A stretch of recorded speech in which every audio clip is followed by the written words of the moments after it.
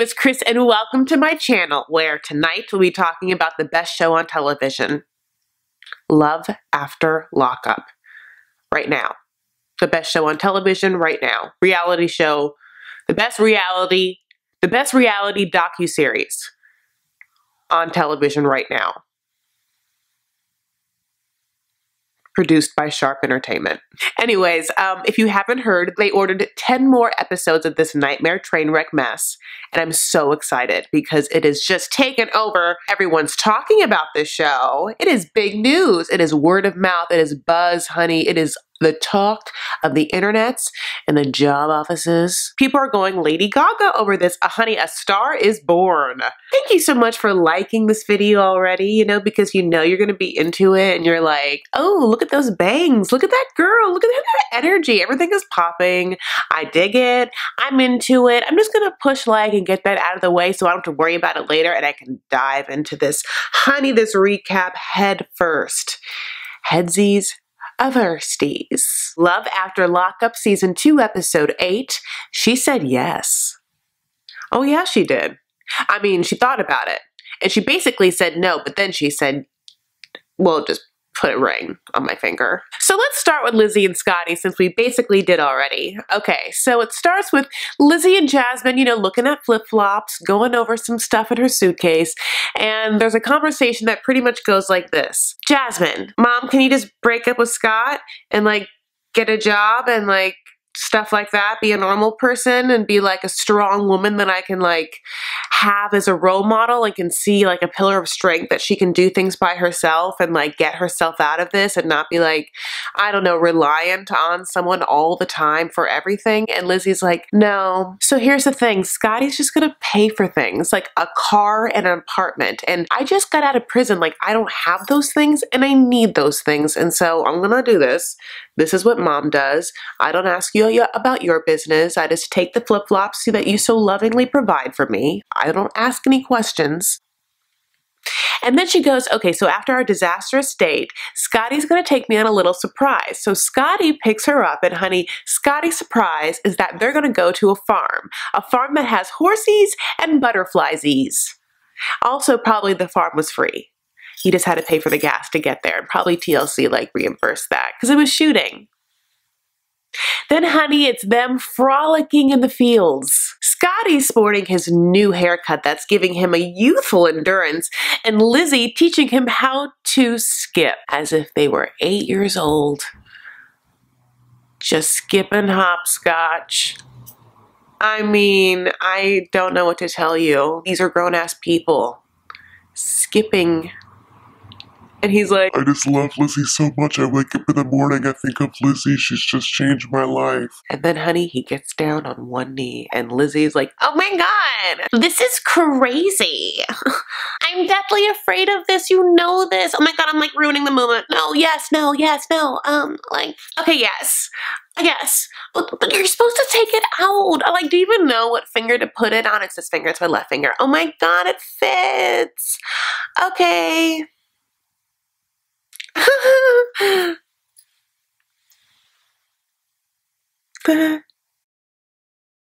You know. Lizzie says that she's been proposed to 14 times. 4 times. This is her first yes. Who are the first 14? And what were they that you just kept saying no? And now you say yes. Also, I don't believe you, but also it's like hard to get guys to like text me back. She's 14 proposals? Like, is it, I don't know, did she never get bangs and that's what it was? I love these French bangs. I really do. And listen, they require constant adjustment and I know that. So anyway, Scotty's then, yeah, like, you know, I got her a ring that I basically cannot afford. Yeah, just can't afford anything. I couldn't afford that dinner. Remember that shellfish dinner that we got? I couldn't even afford that. So you think I can afford this cubic zirconia, whatever it is? I mean, nothing. Honey, he couldn't afford Claire's. He couldn't afford Claire's. So I don't even know what this ring is. It's made of like Cracker Jacks and Hopes. I don't know. But then we get, you know, a happy hug from her with the ring on her finger and what looks like bigger than the ring are 2 hangnails. And I saw them and I believe. I'm not saying you always have to have your nails done, and I get it. I just get it. I'm just telling you up close, you see her nails and like all I can see is hangnails. It's just a little jarring. It's a little jarring. You know, I don't know. We all have things, you know, like teeth and nails. I see, you know, like I really do see teeth and nails. Can't stop seeing them, you know. I don't know if it's the Lebanese in me or whatnot, you know, like teeth, nails, teeth, nails, teeth, nails. I did that the opposite way, but you know what I mean. Next up on the docket is Caitlyn and Matt. Okay, so it opens up, honey, and Caitlyn and Matt are going to try this. Matt's first night out with the boys. Caitlyn's gonna give him some space. Matt's gonna hang out with his childhood friends, Shane and Sam. Doesn't quite look like Shane and Sam, although not being in prison really amounted to that much. I mean, they speak of Matt back in the day as being full of potential, full of promise, such an athlete. I mean, they really thought that he was gonna go places, but then meth. And honestly, it's so indicative of how drugs rob our futures and the futures of so many out there. The futures of people that would not only just be like good athletes, but like good doctors and good scientists and good, you know, lawyers and great politicians. Drugs ruin people's futures. Anyway, Matt goes and hangs out with his friends. Caitlyn says, have fun, but not too much fun. And he's just like, you know, at the beginning, throwing them back with the boys. You know, the boys and him are talking. Here's the thing. Matt says his dad is an HVAC, which I looked up. It's like heating, ventilation, and air conditioning. And he's like, I could have done that. I didn't want to. I just want to like do something I want to do, you know, like, and here's the thing. Matt, you did. You did. You did do the thing you wanted to do. It was meth, and it's not a feasible job, honey. It really isn't. You already spent the time you would have spent finding yourself in New York or trying the artist thing and seeing where it was at. Like, you've spent all that time, meth, jail. Now you're out, and we don't have the luxuries of just finding it, you know? Get to a working. Like, you might think that you're superior and better, and I get it because maybe like you were good at basketball when you were in 8th grade, but it's 2019 now. So here's the thing. Can we get Colty's cousin John, you know, the guy that works at Friendly's, the air conditioning place, some sort of hookup for Matt? Then all our favorite reality stars from all our favorite Sharp Entertainment shows can live in Las Vegas. And he already has like air conditioning. It's in his blood. He can like work air conditioning. And Colty like needs a new car. Matt needs a new tooth. Something for the tooth hole. Look, tooth hole. Beggars can't be choosers. Matt's friends are like, he never uses the word girlfriend. So the fact that he would even use that word, it's like crazy. And it's like, you haven't seen him in like 1 billion years. So yeah, he didn't use the word girlfriend when he was in junior high.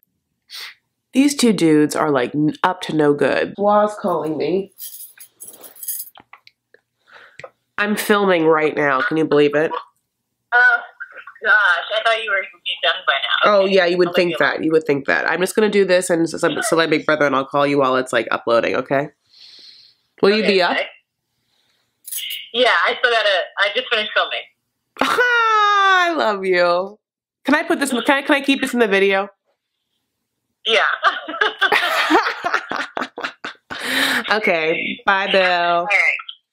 Bye. Okay, then the friends are like, look, we're skeptical of Caitlyn because we don't know her. And it's like, yeah, Matt's the one that was in prison. Your friend is the one that you should be skeptical of. Like, Caitlyn hasn't been in prison, your friend prison. So, like, be on the lookout for Caitlyn. She's a little poor little girl, little nymph girl. Little skinny ass, bird bones. You know what I'm saying? She needs help. not your friend. Matt's like, yeah, Caitlin wants me to get a job. And then his like bullshit friends are like, yeah, but what do you want? And then they all cheers to freeness. Let's cheers to freeness. This is like ultimate Peter Pan syndrome or like failure to launch, where it's like these men just can't, want, aren't able to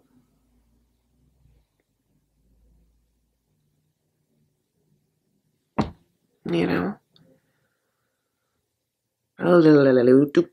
So it's the morning after, honey, and Matt is like not really there or came home drunk. It's a little confusing, or he's gone now, but there's remnants. And Kathy is pissed. Okay? Kathy's making sausage and bacon, and what she doesn't want to do is clean up Matt's mess. But Matt's mess is just Freudian slip, just like to-go boxes of food. You know what I'm saying? So it's like, at least it's not meth. At least it's not even like bottles. It's like, but she's like, Caitlin, who's gonna pick up this mess? It's not gonna be me, you know? And Caitlin's like, okay, you know, she's like, gets like the ramen, or I don't even know, Chinese food boxes, puts them in the thing. And Caitlin's just sitting there like, no makeup. It's just like, oh my God, he didn't come home.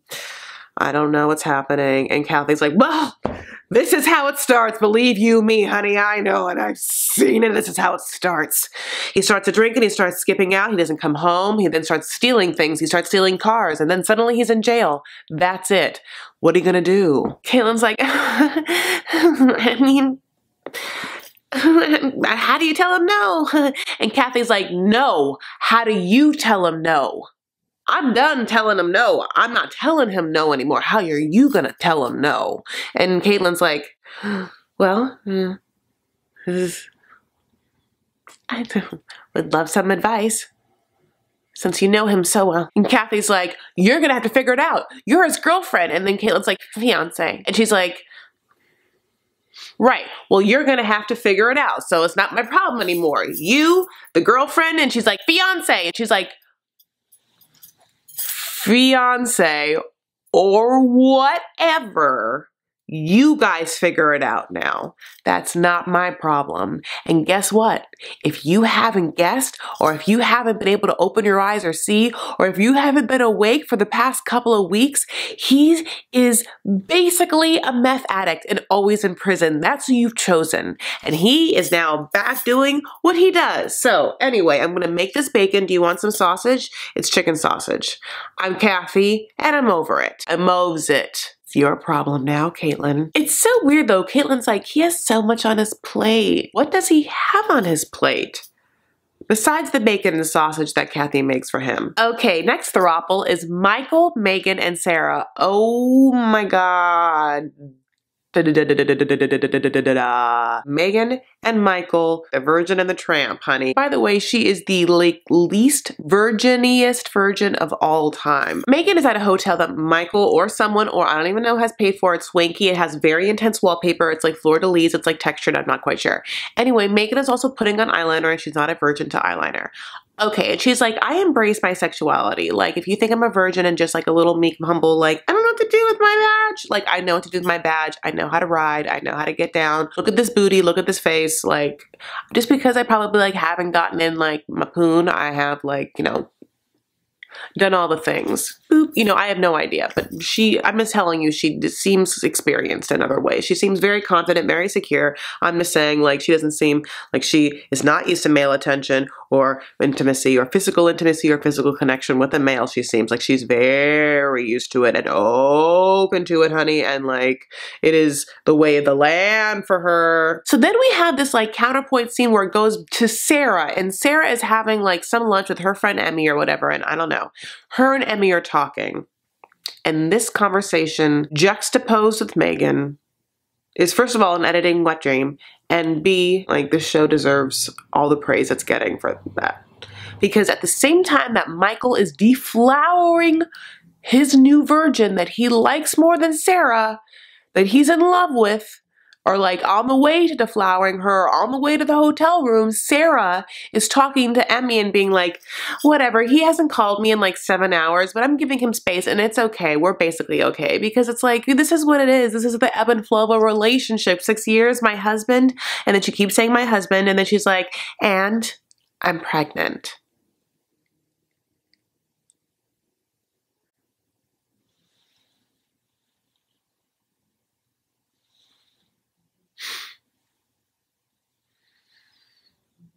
Okay, she says she's 2 weeks pregnant, and it's like, it feels like Michael's been out 1 week, if I did my math right, because he came out and he couldn't see her right away, and then like he's like, okay, wait a week. It was 2 weeks. Like, and how fast you know you're pregnant? It just seems, she just like, I don't know. I've never been pregnant. I don't know. But the way that Sarah just kept saying my husband and we've been planning this, and this is what she says. My husband and I have been talking about having another child for 3 years, so we're going to be fine. And the way that she says that is like that she has a husband that has a job and her husband and her have a child and they've been kind of saving to see if they can afford another child, and they can because he just got a promotion and they've been working towards this, and they're going to get a second bedroom for the baby. It feels like they've been planning this and that's why they're okay. But instead, her and her husband is someone who's been in jail for the past year. What you've been planning? What you have nothing. What are you talking about? Why are you pretending to be adults? It's like these kids just want to be adults. You're not ready for it. We're not ready for it. These kids are not ready for it. So like now you're telling me that Aviana has to watch while Aviana's brother or sister was conceived, her dad screw someone else. That's what this episode is. Okay? That's what we're watching. Let's get back to the hotel. So Michael goes to the hotel. He has flowers in their hand. They're roses. He gets to the room. He opens the door to the hotel room. And there is Megan poised on a bed, honey, in gray lingerie. She's like, hey, boo. How are you? I mean, he just jumps on that bed and she gets up on him and she just straddles him, honey, in a way that makes me feel like she's straddled many. This wasn't her first buck. This wasn't her first rodeo. Is what I'm saying. They kiss, and then like Megan's like, he's been sexting me this whole time, like, so I've been, getting pretty ready for this. Pretty primed. He's been priming the pump, he's been warming me up, you know what I'm saying? So she basically and him just like bone the minute that they see each other. Like, it's one of those things where like then he gets up on top of her and then like they're like, get out of here, producers, but not before like gratuitous like bumping and grinding, and like he's wearing jeans, so it's basically jean jamming, you know what I mean? Honey, he just says that he's gonna make her explode like a gusher and he's gonna tear that ass up. Next couple is Brittany and Marcelo. Okay, so Brittany and Marcelo. Marcelo's gonna go meet Brittany's son, Giovanni. And, Marcelo feels some type of way about meeting Brittany's baby daddy, Tito, which is like not a good way. Brittany's like, oh, they're both alpha male Hispanic guys, so I have a type, you'll see. Super mask. And Tito is all those things, like, and Tito has a new girlfriend and she barely talks and like, doesn't say one word, just like sits on the side of him like, I'm gonna call her Tito's Taco, because if you live in LA, you've heard of Tito's Tacos. We love Tito's Tacos. You'll love Tito's too. Tito seems like a good dad. He just seems like, yeah, Brittany, I really want Brittany to be a part of my son's life. I just obviously don't want her to be on drugs. And, when it comes to kids, like I've dated women with kids before and it's like there's no labels. There is no like stepdad, dad. It's like, that's a kid. They don't know it. You just got to love it and take care of it. I was raised by my stepdad and it was a good situation. And Marcelina's like, well, I was raised by my stepdad. It was bad. And like Tito's like, well, kids don't know the difference. Like he has a very clenched jaw. At one point, Giovanni comes over and he's like, Mommy, are you okay? Giovanni loves his mom, by the way. Like, runs up to his mom, like, is so excited. They are so cute together. They're like playing games. Like, she calls him Nugget. He knows who she is, like, completely, and like is only too happy to say it's heart-wrenching and heartbreaking and heartwarming to see him with her, and at the same time when they have to depart, also heart-wrenching. Oh my God. And you're just like, oh, this little boy misses his mommy. He loves his mommy so much. So then Giovanni comes running over and he's like, Mommy, are you okay? And then Tito's girlfriend is like, yeah. And then he's like, no, my other mommy. And then Brittany's like, yeah, I'm okay. So she has to leave at some point, and I just don't want her to leave. I'm almost like, can he spend the night with her tonight? Just because she, I don't know, hasn't seen him in a long time and she just came out of prison, can they spend the night together? Because when she has to leave and they like take Giovanni away from her and he's crying, it just is like, I can't, it's like, I cannot deal. It's very trigger. Oh, it's just very hard for me to watch. It makes me sad. Okay. But I think that Marcelino gets it. That baby is hers and adorable, and you got to be there for that baby. And And Marcelino, I feel like, softens to that. That's what I felt intrinsically. Then they go ring shopping, and it's like a very short scene. And pretty much like, they're like, ha ha ha ha ha, yeah, you know, she was in prison. And the ring shopper's like, oh, she's so hot, you know, I couldn't believe it, holy shit, you know. And like Marcelino's like, yeah, you know, well, if anything happens, can I return this? And he's like, haha, yeah. And Brittany's like, haha, you think I'm gonna give it back? Next scene, Brittany's wedding dress shopping with her girls, honey. Bungie and Amanda. This isn't in a nightmare scene. So they're wedding dress shopping, and like for some reason all of their business is getting spilled to these two attendants that basically Amanda and Brittany are like in a relationship and like they should be getting married, but Brittany's instead getting married to this guy named Marcelino, or whatever you call him. At one point the producers, right, get Amanda to try on a dress so that Brittany can see her in a dress and think about what if she was marrying Amanda. And then that's what Amanda says, like, that's why I wanted Brittany to see me in this dress. Oh my God, it's so awkward. Uncomfortable. And also, you know, like ruins the moment for Brittany for like wedding dress shopping. Like it's hard to be like saying yes to the dress and being excited about it when like, I don't know, the other person that you like should be in a relationship with is staring at you in the face. And I don't know, a wedding dress, just... I mean, literally all Sasha can do is just like apply more contour and highlighter. Watch it happen. Also, another funny point is the attendants are like, come into this fab room, you know, when they're like giving her the dressing room, which is just looks like a big closet. Like there was no decoration anywhere. Like I thought they were gonna like show her a beautiful like seating area or something like that. No, just like a room. The closet. Not even like with built-ins, just like one rod. I also love the fact that Amanda does not know Marcelino's name. She's like, Marcelo?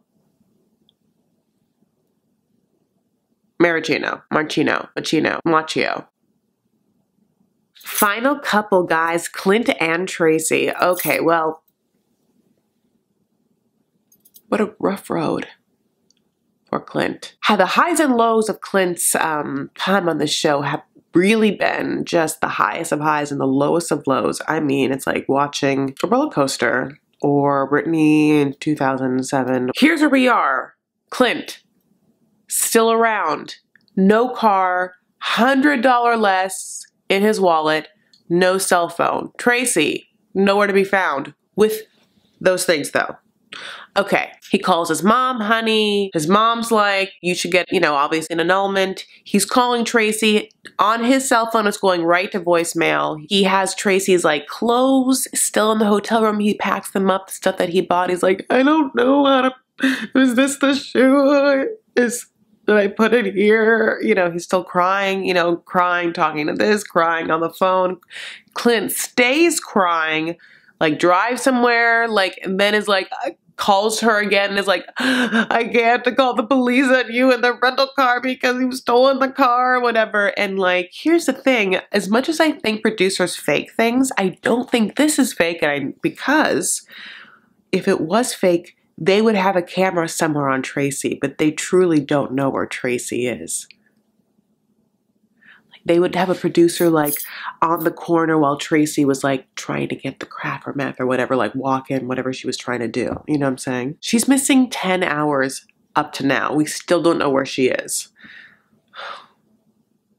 Okay, I found two things. Here's the update. Supposedly, this is a recent picture of her. So she's a football fan. Not so much a fan of sheets or eating right now. Also, God bless, I hear she's trying to maybe sell a ring. That's what I read somewhere. Except in the picture of the ring, there's a little shoe. And I would feel like this picture's a fake, but when I looked at Waz still of her nails, you know, I look at nails, got married to Clint with the wedding ring on her fingers, those look like the same set of nails. Okay? That's what I have for you. We have 10 more episodes. They still have more couples they can bring in now for the 10 episodes. They can just take things off the editing floor, honey. They can make things longer. They know they have a hit on their hands. Oh my God. I'm afraid that these next 10 episodes are going to be like strung out and not as good. I mean, some of these episodes are strung out, if you know what I mean. God bless Lizzie. Anyway, I love you all so much. Thank you so much for watching. Thank you so much for watching in my lives. I love listening to you and having fun with you and interacting with you. Thank you for subscribing to me and liking this video. If you want to follow me on Instagram or Twitter, I'm at Chris L. Farah. And the L stands for last night because this episode had to do with the last nights. Well, Tracy did last night. What did Matt do last night? Last night, she said. Anyway, thank you so much. Again, take care of yourselves and stand up for what you believe and make art. Okay, bye.